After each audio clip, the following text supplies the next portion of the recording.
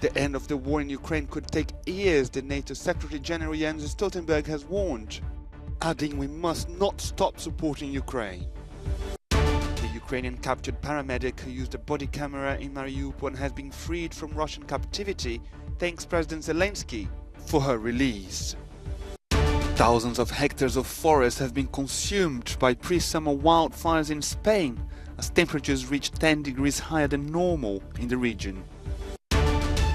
Indigenous groups still have to deal with drug violence in Colombia, years after a peace deal was signed with FARC militants.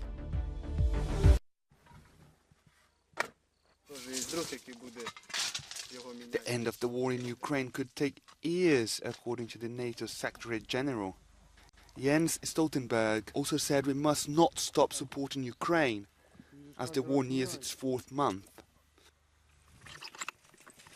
On the front line, Ukrainian troops speak of fatigue among the Russian army. We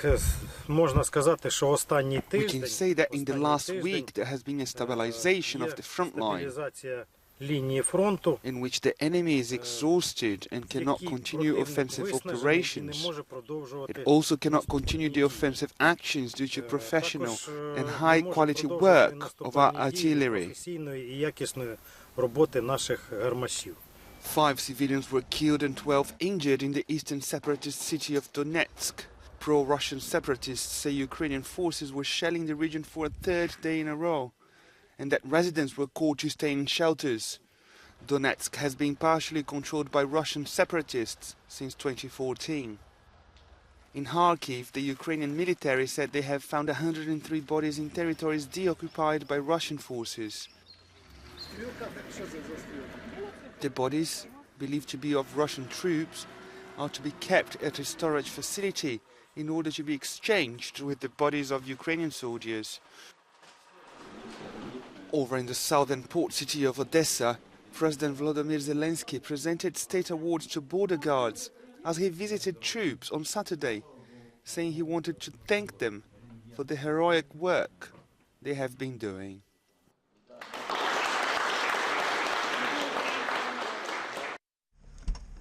Yulia Pawieska, aka Tayara, the Ukrainian captured paramedic who was freed from Russian captivity earlier this week, has thanked the Ukrainian president for her release. That came after Volodymyr Zelensky announced that Tayara was... Today I can finally announce this.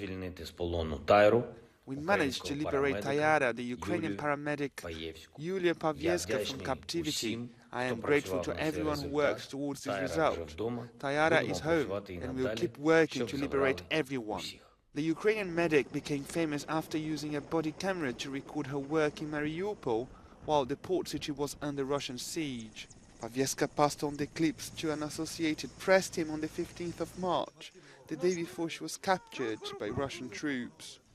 On Saturday, 5 captured Ukrainians were returned to Kyiv in exchange for 5 captured Russians, according to the Ukrainian Defense Ministry.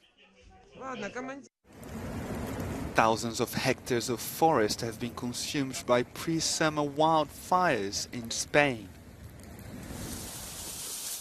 More than 1,700 people had to be evacuated from a number of different villages. In Zamora, local authorities said an area equivalent to 50,000 football fields turned to ashes. Officials said the blaze in the Sierra de Culebra mountains near the Portuguese border started Wednesday during a dry electric storm. Temperatures of more than 40 degrees Celsius have been recorded in many parts of Spain throughout the week, as the World Meteorological Organization warns temperatures have been 10 degrees above normal in the region. I think this heat wave is very alarming. We can see climate change consequences. We must find solutions for the future. We can't keep on like this. In a country associated with alpine weather and snowy peaks, Switzerland is also sweltering in this early heat wave, with temperatures well above 30 degrees Celsius. The Swiss National Weather Service found differences in temperatures between cities and the countryside were as high as 6 degrees. In Germany, 36.4 degrees Celsius was measured in the Upper Rhine region. Hot weather alerts were kept in place in the Heinland-Palatin as well as the Baden-Württemberg regions on Sunday. A rally and vigil has taken place in Sao Paulo in support of British journalist Dom Phillips and indigenous expert Bruno Pereira, who were killed while travelling in a remote area of the Amazon rainforest. Campaigners are demanding a thorough investigation into their deaths. We cannot work feeling afraid, he says, afraid that when we are in the field we're abandoned, or that when we're working in the office we're also being persecuted. Enough. Official police reports have said no mastermind was behind the murders of the two individuals, but indigenous leaders are unhappy with the investigation. I disagree with the federal police, he says. It makes me think that they want to avoid responsibility. Dom Phillips was identified from remains found deep in the Amazon, and additional remains are expected to be those of Bruno Pereira. These are the hidden mountains of the Cauca region of Colombia. Here, the intense green of 16,000 hectares of coca plants illuminates the roads, with much destined to become cocaine. Drug trafficking has exploded, attracting violent armed groups to protect the plantations. No matter what government is in power, little has changed here. In Cauca, there was a massacre of some Nasa indigenous people. This boy was just 14. Fabian has lost 2 brothers to violence. He's also been shot by one of the groups, the FARC dissidents. He says they are armed groups where the majority of the people are made up of minors. There's no political guideline or even a revolutionary guideline. They are only focused on the economic side of things. More than anything, they're focused on defending the illicit cultivation and all the money that that generates. Ovimar is an indigenous guard. He says that the peace pact with the FARC militants produced the atomization of the group, creating those that fight now for the coca crop. Days after this conversation, he was targeted in a gun attack, luckily surviving it. The graffiti of the armed groups on the sides of the roads shows the magnitude of the conflict between the guerrillas and the narco-paramilitaries. 89 indigenous chiefs have been assassinated in Colombia since 2018, the majority in Cauca.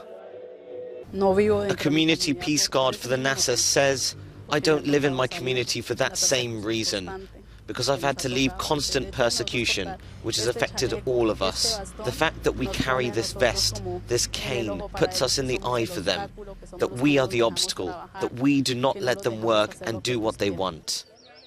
Indeed, Cauca is the deadliest region in Colombia for human rights defenders. More than 900 social and community leaders have been killed here in Colombia since 2016, when the peace pact with the FARC guerrilla was signed. NASA denounced that violence here in northern Cauca is fueled by the deficient fulfillment of that agreement. They say they need more schools and also economic projects for the community. From northern Cauca, Héctor Estepa for Euronews. Hundreds of protesters gathered in central Tel Aviv to voice their opposition to Israel's occupation of the West Bank. Protesters carried banners and signs marking 55 years since Israel took control of the West Bank territories. After the 1967 war, the crowd marched through the streets of Tel Aviv and gathered at the central Habima Square.